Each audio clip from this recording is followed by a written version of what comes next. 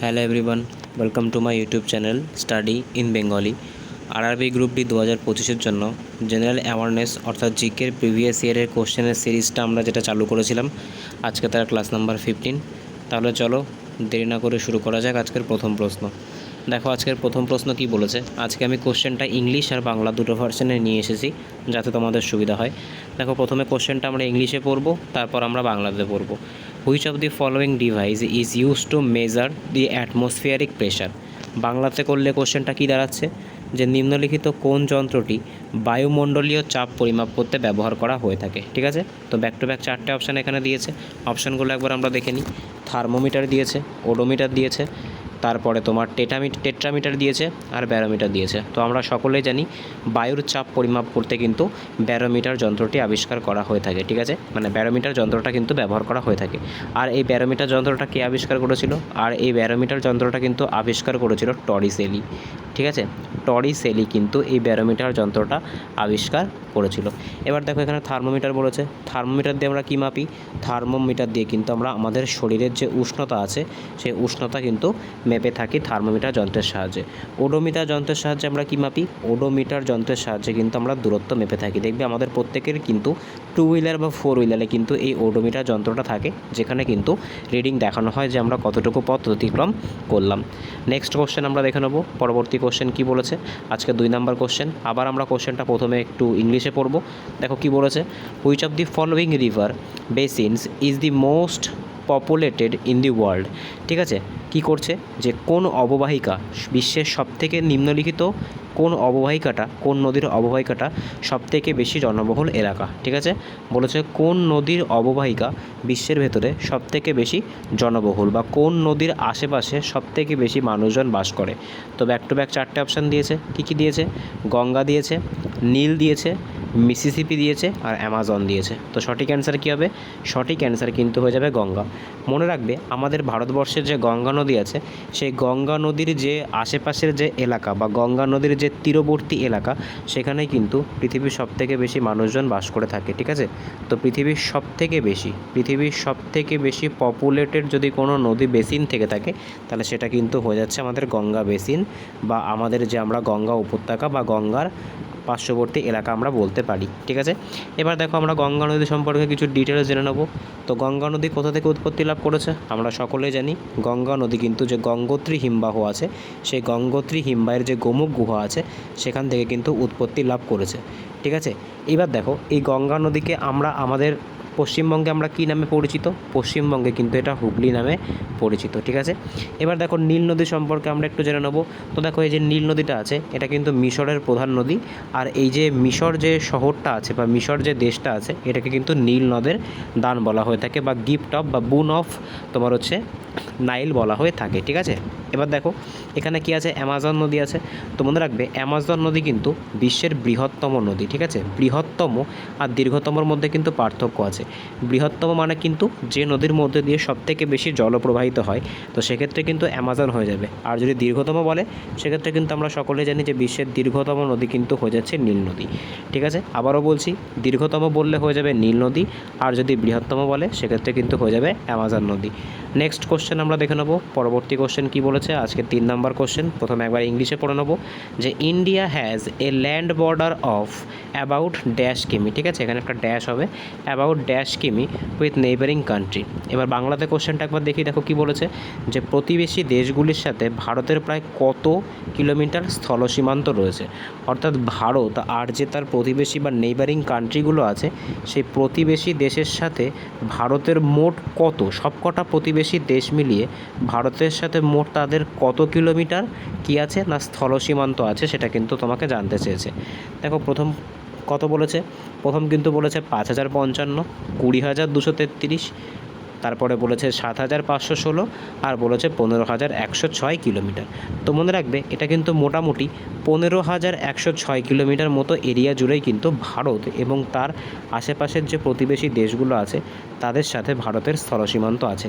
এর ভেতরে কিন্তু সবথেকে বেশি ভারত যে দেশের সাথে তার সীমান্তকে শেয়ার করে সেটা কি? সেটা কিন্তু হয়ে যাচ্ছে বাংলাদেশ। বাংলাদেশের সাথে কিন্তু ভারত একাই 4,096 কিলোমিটার সীমান্ত তোমার হচ্ছে শেয়ার করে, ঠিক আছে। নেক্সট কোশ্চেন আমরা দেখে নেব, পরবর্তী কোশ্চেন কী বলেছে। আজকে 4 নাম্বার কোশ্চেন। প্রথমে কোশ্চেনটা একবার ইংলিশে পড়ব। দেখো কি বলেছে, যে which Indian state celebrates Makar Sankranti as Poush Sankranti. ভারতের কোন রাজ্য মকর সংক্রান্তিকে পৌষ সংক্রান্তি হিসেবে পালন করে। দেখো এই যে মকর সংক্রান্তির যে উৎসবটা আছে, এই মকর সংক্রান্তির উৎসবটা কিন্তু বিভিন্ন রাজ্যে বিভিন্ন নামে পালন করা হয়ে থাকে। এর ভেতরে মকর সংক্রান্তিকে পৌষ সংক্রান্তি কোন জায়গায় বা কোন স্টেট বা কোন রাজ্যে বলা হয়ে থাকে সেটা কিন্তু তোমাদের কাছে জানতে চেয়েছে। তো ব্যাক টু ব্যাক 4টে অপশান আছে, কি কি বলেছে আমরা একবার দেখে নেব। তো দেখো বলেছে কি, মহারাষ্ট্র বলেছে, ওয়েস্ট বেঙ্গল বলেছে, হিমাচল প্রদেশ বলেছে আর রাজস্থান বলেছে। তো মনে রাখবে মকর সংক্রান্তিকে কিন্তু ওয়েস্ট বেঙ্গল বা পশ্চিমবঙ্গ বা আমাদের রাজ্যে পৌষ সংক্রান্তি হিসেবে পালন করা হয়ে থাকে। নেক্সট কোশ্চেন আমরা দেখে নেব, পরবর্তী কোশ্চেন কি বলেছে। আজকের 5 নাম্বার কোশ্চেন, যে which of the following is a major wheat growing region of India. অর্থাৎ কি বলেছে, নিম্নলিখিত কোনটি ভারতের প্রধান গম উৎপাদনকারী অঞ্চল। ঠিক আছে, ভারতের কোন অঞ্চলটাতে সবথেকে বেশি গম উৎপাদন হয় সেটা কিন্তু তোমাকে জানতে চেয়েছে। হুইট মানে কি, হুইট মানে কিন্তু হয়ে যাচ্ছে গম। তো ভারতের কোন অঞ্চলটিতে সবথেকে বেশি পরিমাণে গম উৎপাদন হয় সেটা কিন্তু তোমাদের কাছে জানতে চেয়েছে। তো আমরা একবার অপশানগুলো দেখে নেবো কী কী বলেছে। দেখো অপশানগুলো কী কী বলেছে। সবার প্রথমে বলেছে ইস্টার্ন ঘাট, ঠিক আছে, মানে পূর্ব ঘাট। তারপরে কি বলেছে, সুন্দরবন ডেল্টা। তারপরে কি বলেছে, পাঞ্জাব হরিয়ানা। তারপরে বলেছে ওয়েস্টার্ন কোস্ট। দেখো মনে রাখবে ভারতের সবথেকে বেশি, ঠিক আছে, ভারতের সবথেকে বেশি যে অঞ্চলে গম উৎপন্ন হয় সেটা কোথায়, সেটা কিন্তু হয়ে যাচ্ছে পাঞ্জাব হরিয়ানা অঞ্চলে। ঠিক আছে, পাঞ্জাব হরিয়ানা অঞ্চলে কিন্তু ভারতের সবথেকে বেশি গম প্রোডাকশন হয়ে থাকে। আর পাঞ্জাব কিন্তু গম প্রোডাকশনের ক্ষেত্রে ভারতে প্রথম স্থান অধিকার করেছে। ঠিক আছে, এইবার তোমাদের কাছে আমার একটা কোশ্চেন থাকবে, ভারতের কোথায় গম গবেষণা কেন্দ্র আছে, এটা তোমরা আমাকে কমেন্টে জানাবে। এটা কিন্তু তোমাদের জন্য একটা HW থাকলো, যে ভারতের কোথায় গম গবেষণা কেন্দ্র আছে। নেক্সট কোশ্চেন আমরা দেখে নেব, পরবর্তী কোশ্চেন কি বলেছে। আজকের 6 নাম্বার কোশ্চেন। দেখো পরবর্তী কোশ্চেনে যাওয়ার আগে তোমাদেরকে জাস্ট একটা কোশ্চেন এখানে একটু মনে করিয়ে দেবো, যে এখানে তোমরা যে দেখতে পাচ্ছ আমাদের সঠিক অ্যান্সার তো হয়ে গেল পাঞ্জাব হরিয়ানা। কিসের জন্য, এটা কিন্তু গম উৎপাদনের জন্য। এবার দেখো এখানে সুন্দরবন ডেল্টা বলেছে। সুন্দরবন কি, সুন্দরবন কিন্তু বিশ্বের বৃহত্তম, ঠিক আছে, এটা কিন্তু পরীক্ষা অনেক সময় দিয়ে দেয়, যে বিশ্বের বৃহত্তম যে তোমার ম্যানগ্রোভ অঞ্চল সেটা কোনটা, সেটা কিন্তু হয়ে যাচ্ছে সুন্দরবন ডেল্টা। এটা কিন্তু বিশ্বের বৃহত্তম ম্যানগ্রোভ অঞ্চল। নেক্সট কোশ্চেন আমরা দেখে নেব, পরবর্তী কোশ্চেন কি বলেছে। আজকের 6 নাম্বার কোশ্চেন, যে Thimphu is the capital of which of the following neighbouring country of India. ভারতের কোন প্রতিবেশী দেশের রাজধানী থিম্পু। দেখো এর থেকে সোজা কোশ্চেন কিন্তু আর হতে পারে না।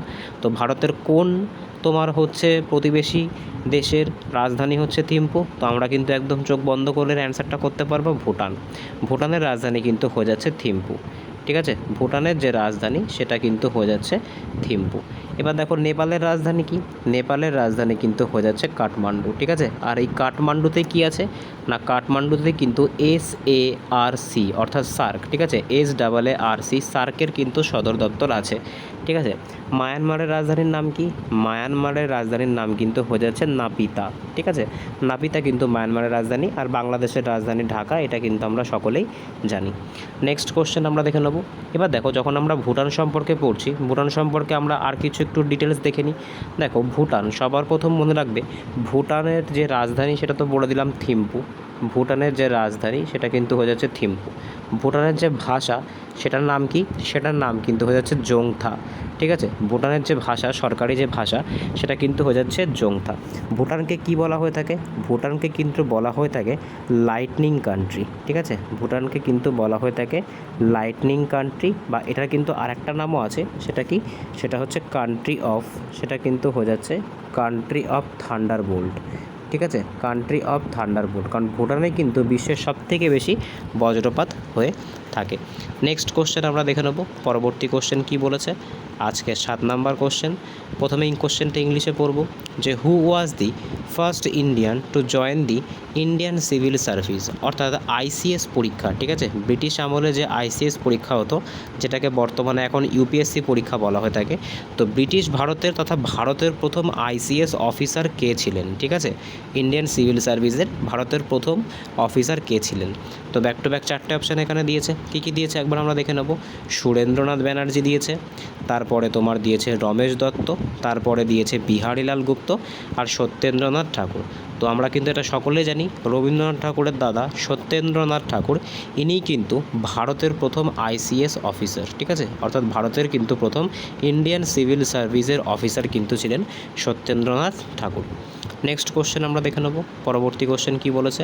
আজকের 8 number question. The Congress working committee adapted the quit India resolution in July 1942। কোশ্চেনটা কী করছে বাংলায়, যে কংগ্রেস ওয়ার্কিং কমিটির দ্বারা 1992 সালের জুলাই মাসে কোথায় ভারত ছাড়ো প্রস্তাব গৃহীত হয়েছিল। দেখো সবার প্রথম মনে রাখতে হবে 1942 সালে কি হয়েছিল। 1942 সালে কিন্তু হয়েছিল কুইট ইন্ডিয়া মুভমেন্ট, যেটাকে কিন্তু আমরা বলে থাকি ভারত ছাড়ো আন্দোলন, ঠিক আছে। তো এই যে ভারত ছাড়ো আন্দোলনের যে প্রস্তাবটা, যে এরকম একটা আন্দোলন সংগঠন করতে হবে, এর প্রস্তাবটা জাতীয় কংগ্রেস কোথায় গ্রহণ করেছিল। ব্যাক টু ব্যাক 4টে অপশান দিয়েছে। মাদ্রাজ দিয়েছে, ওয়ার্ধা দিয়েছে, পাটনা দিয়েছে আর লখনৌ দিয়েছে। তো সঠিক অ্যান্সার কী হবে, সঠিক অ্যান্সার কিন্তু হয়ে যাবে ওয়ার্ধা। ওয়ার্ধাতেই কিন্তু কি করা হয়েছিল না, এই ওয়ার্ধাতেই কিন্তু ভারতের যে জাতীয় কংগ্রেস অর্থাৎ আইএনসি ইন্ডিয়ান ন্যাশনাল কংগ্রেস 1942 সালের জুলাই মাসে এখানেই কিন্তু ভারত ছাড়ো বা কুইট ইন্ডিয়া মুভমেন্টের যে প্রস্তাব বা সেটা কিন্তু গ্রহণ করেছিল, ঠিক আছে। তো আমাদের সঠিক অ্যান্সার কিন্তু হয়ে যাবে ওয়ার্ধা। নেক্সট কোশ্চেন আমরা দেখে নেব পরবর্তী কোশ্চেন। এবার দেখো যখন এখানে বাদবাকি যে স্টেটগুলো আছে সেগুলো সম্পর্কে আমরা একটু জেনে নিই। দেখো এখানে কিন্তু লখনৌ বলেছে, মনে রাখবে জাতীয় কংগ্রেসের কিন্তু খুব ফেমাস একটা অধিবেশন আছে 1916 সালের লখনৌ অধিবেশন। এই লখনৌ অধিবেশনটা কেন ফেমাস, কারণ এই লখনৌ অধিবেশনে কিন্তু যে চরমপন্থী আর নরমপন্থী দল ছিল তারা কিন্তু আবার প্যাচ আপ হয়ে যায়, তারা কিন্তু আবার একত্রিত হয়ে কাজ করার প্রতিজ্ঞা গ্রহণ করে।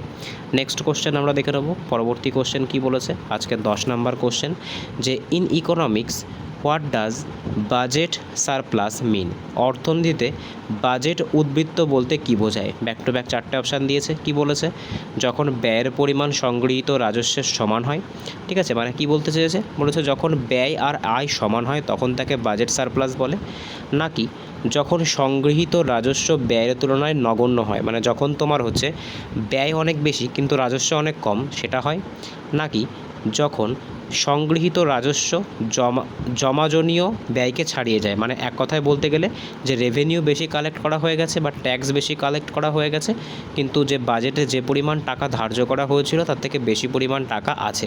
আর লাস্টে কি বলছে, হোয়েন এক্সপেন্ডিচার এক্সিডস, মানে যখন তোমার ব্যয় অনেক বেশি হয়ে যায়। তো সঠিক অ্যান্সার দেখো বাজেট সারপ্লাস মানে কি, সারপ্লাস মানে বেশি, বাজেট সারপ্লাস মানে কি হয়ে যাচ্ছে, বাজেট সারপ্লাস মানে হয়ে যাচ্ছে যখন কিন্তু ব্যয়ের তুলনায় যে আয় যেটা আছে, ঠিক আছে, বা রাজস্ব যেটা আছে সেটা কিন্তু অনেক বেশি পরিমাণে থাকে, ঠিক আছে।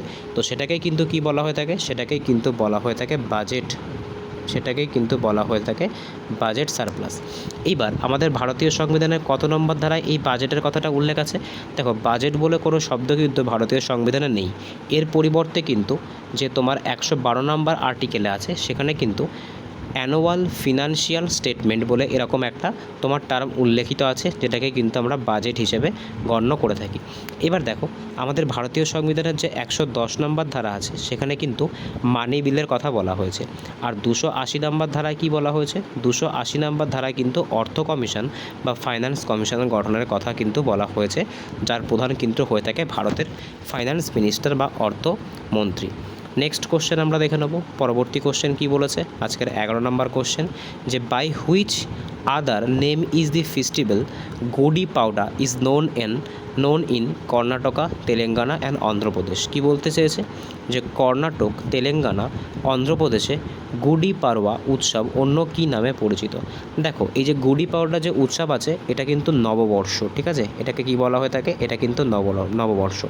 নববর্ষকে কিন্তু মহারাষ্ট্রে, ঠিক আছে, নববর্ষকে কিন্তু মহারাষ্ট্রে গুডি পাড়ওয়া বলা হয়ে থাকে। এইবার আমাদের ভারতবর্ষের এই যে নববর্ষ আছে মানে চৈত্র মাসের পর যে বৈশাখ মাসের যে নববর্ষ সেটা কিন্তু ভারতের বিভিন্ন জায়গায় তাকে কিন্তু বিভিন্ন রকম বলা হয়। আমরা কি বলি, আমরা কিন্তু বলে থাকি এটাকে পয়লা বৈশাখ, ঠিক আছে, আমরা কিন্তু বাঙালিরা বলে থাকি এটাকে পয়লা বৈশাখ। ঠিক সেরকম করে মনে রাখবে বৈশাখী কোথায় বলা হয়, বৈশাখী কিন্তু বলা হয়ে থাকে পাঞ্জাবে, ঠিক আছে, পাঞ্জাবে কিন্তু যে বৈশাখ মাসের যে তোমার হচ্ছে দেখো যে পয়লা বৈশাখ সেটাকে কিন্তু পাঞ্জাবে বৈশাখী বলা হয়। উগাদি কিন্তু বলা হয় আমাদের সঠিক অ্যান্সার, উগাদি কিন্তু হয়ে যাচ্ছে কর্ণাটক, তেলেঙ্গানা, তামিলনাড়ুতে কিন্তু এটাকে উগাদি বলা হয়ে থাকে, ঠিক আছে, মানে কর্ণাটক, তেলেঙ্গানা, অন্ধ্রপ্রদেশে কিন্তু এটাকে উগাদি বলা হয়ে থাকে। পোঙ্গাল কোথায় বলা হয়ে থাকে, পোঙ্গাল কিন্তু বলা হয়ে থাকে টিএন, অর্থাৎ তামিলনাড়ুতে কিন্তু পোঙ্গাল বলা হয়ে থাকে। তো আমাদের কোশ্চেনের সঠিক অ্যান্সার কী হবে যে গুড়ি পাড়ওয়া উৎসব, যেটাকে আমরা কি বলে থাকি পয়লা বৈশাখ বা নববর্ষ বলে থাকি, সেটাকে কিন্তু অন্ধ্রপ্রদেশ, তেলেঙ্গানার, কর্ণাটকে উগাদি বলা হয়ে থাকে। নেক্সট কোশ্চেন আমরা দেখে নেব। পরবর্তী কোশ্চেন কি বলেছে, আজকের 12 নম্বর কোশ্চেন দেখো কি বলেছে, which of the following is termed as, কি বলেছে, hunger hormone as it stimulates appetite, increasing food intact and promotes fat storage. বলছে নিচের কোন হরমোনটাকে ক্ষুধা হরমোন বলা হয়ে থাকে, এক কথায় ক্ষুধা হরমোন কাকে বলা হয়ে থাকে। তো ব্যাক টু ব্যাক 4টে অপশান দিয়েছে, ইনসুলিন দিয়েছে, তারপরে তোমার হয়েছে রেজিস্টিন দিয়েছে, লেপটিন দিয়েছে আর গ্রেনিন দিয়েছে। তো সঠিক অ্যান্সার কী হবে, সঠিক অ্যান্সার কিন্তু হয়ে যাবে গ্রেনিন। গ্রেনিনকে কিন্তু কি বলা হয়ে থাকে, গ্রেনিনকে কিন্তু বলা হয়ে থাকে তোমার যে হাঙ্গার হরমোন, ঠিক আছে, হাঙ্গার হরমোন কিন্তু বলা হয়ে থাকে গ্রেলিনকে। নেক্সট কোশ্চেন আমরা দেখে নেব। পরবর্তী কোশ্চেন কি বলেছে, আজকে 13 নম্বর কোশ্চেন যে বুদ্ধ সারনাথে তার 5 শিষ্যের কাছে প্রথম ধর্মোপদেশ মানে বুদ্ধের যে ধর্ম উপদেশ সেটা প্রথম যখন বুদ্ধ দিয়েছিল সেটাকে কি বলা হয়ে থাকে, কি বলা হয়ে থাকে, নিরঞ্জন বলা হয়ে থাকে, তারপরে মহাবিনিষ্কমন বলা হয়ে থাকে, মহাপরিনির্বাণ বলা হয়ে থাকে আর ধর্মচক্র প্রবর্তন বলা হয়ে থাকে। দেখো বুদ্ধ যখন কি করেছিল, বুদ্ধ যখন সবার প্রথম তার ধর্মমত প্রচার করেছিল তখন সেটাকে কিন্তু কি বলা হয়ে থাকে, তখন সেটাকে কিন্তু বলা হয়ে থাকে ধর্মচক্র প্রবর্তন, ঠিক আছে, কি বলা হয়ে থাকে, ধর্মচক্র কিন্তু প্রবর্তন বলা হয়ে থাকে। আর বুদ্ধের যে মুক্তি অর্থাৎ নির্বাণ, অর্থাৎ যে বুদ্ধ যখন মারা গেছিল তখন তাকে কি বলা হয়ে থাকে, তখন তাকে কিন্তু বলা হয়ে থাকে মহাপরিনির্বাণ, ঠিক আছে, মহাপরিনির্বাণ কিন্তু তখন বলা হয়ে থাকে। বুদ্ধ যখন জ্ঞান লাভ করেছিল তখন সেটাকে কি বলা হয়ে থাকে, তখন সেটাকে কিন্তু নির্বাণ বলা হয়ে থাকে।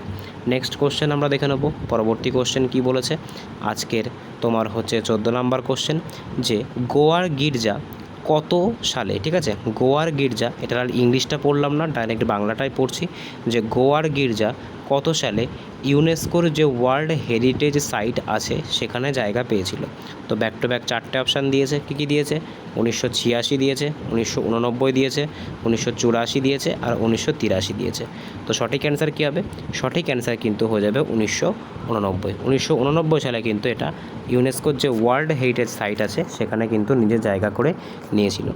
নেক্সট কোশ্চেন আমরা দেখে নেব। পরবর্তী কোশ্চেন কি বলেছে, আজকের 15 নম্বর কোশ্চেন যে বোড়ো একটি জাতি ভাষাগত সম্প্রদায় ভারতের নিম্নলিখিত কোন রাজ্য বা কেন্দ্রশাসিত অঞ্চলে এটিকে দেখা যায়। মানে এক কথায় কিন্তু বলতে চেয়েছে যে বড়ো উপজাতির যে মানুষ, ঠিক আছে, বড়ো যে ট্রাইবের যে মানুষ এদেরকে কোথায় দেখতে পাওয়া যায় বা ভারতের কোন স্টেটে কিন্তু এদেরকে দেখতে পাওয়া যায়। তো ব্যাক টু ব্যাক 4টে অপশান দিয়েছে, কী কী দিয়েছে, আসাম দিয়েছে, গুজরাট দিয়েছে, মধ্যপ্রদেশ দিয়েছে আর আন্দামান নিকোবর দিয়েছে। তো সঠিক অ্যান্সার কী হবে, সঠিক অ্যান্সার কিন্তু হয়ে যাবে মধ্যপ্রদেশ। মধ্যপ্রদেশে কিন্তু এই বড়ো জাতির মানুষদেরকে দেখা যায়, ঠিক আছে। এবার দেখো আন্দামান নিকোবরে কি দেখতে পাওয়া যায়, তো মনে রাখবে আন্দামান নিকোবরে কিন্তু দেখতে পাওয়া যায় শ্যাম্পেন, ঠিক আছে, তারপর তোমার হচ্ছে সেন্টিলিজ, তোমরা চাইলে নোট ডাউন করতে পারো, এখানে জায়গা কম বলে আমি লিখতে পারছি না, তাও আমি এখানে লেখার চেষ্টা করছি। একটা লিখলাম শ্যাম্পেন, তারপরে তোমার একটা হয়ে যাচ্ছে সেন্টিলিজ, ঠিক আছে, এরা কোথায় থাকে, এরা কিন্তু সব আন্দামান নিকোবর দ্বীপপুঞ্জের উপজাতি। নেক্সট কোশ্চেন আমরা দেখে নেব। পরবর্তী কোশ্চেন কি বলেছে, আজকের 16 নম্বর কোশ্চেন যে নিম্নলিখিত কোন মহাদেশে আইবেরিয়ান উপদ্বীপ দেখতে পাওয়া যায়। এক কথায় তোমার আইবেরিয়ান যে উপদ্বীপটা আছে সেই আইবেরিয়ান উপদ্বীপটা কোন মহাদেশে আছে। ব্যাক টু ব্যাক 4টে অপশান দিয়েছে। উত্তর আমেরিকা দিয়েছে, দক্ষিণ আমেরিকা দিয়েছে, এশিয়া দিয়েছে আর ইউরোপ দিয়েছে। তো মনে রাখবে যে আইবেরিয়ান উপদ্বীপ আছে, এটা কিন্তু ইউরোপ মহাদেশে দেখতে পাওয়া যায়। তো আজকে এই অবধি ছিল। যদি ভিডিওটা ভালো লেগে থাকে তাহলে অবশ্যই চ্যানেলটাকে সাবস্ক্রাইব করো, পাশে থাকা বেল আইকনটিকে প্রেস করে রেখো, যাতে ভিডিও ছাড়লে সবার প্রথম নোটিফিকেশান তোমাদের কাছে পৌঁছায়। তোমরা চাইলে আমাদের টেলিগ্রাম গ্রুপে যুক্ত হতে পারো। ডেসক্রিপশনে টেলিগ্রামের লিঙ্ক দেওয়া থাকবে। এছাড়া এর আগের যে 14টা ক্লাস হয়ে গেছে সেগুলোকেও তোমরা অ্যাটেন্ড করতে পারো। ঠিক আছে, ডেসক্রিপশনে প্লেলিস্টের লিঙ্ক দেওয়া থাকবে। দেখা হচ্ছে পরের ভিডিওতে। বাই। বন্ধুদের সঙ্গে ভিডিওটা শেয়ার করো, ভালো লাগলে একটা লাইক করো, কমেন্ট করো। দেখা হচ্ছে পরের ভিডিওতে। বাই।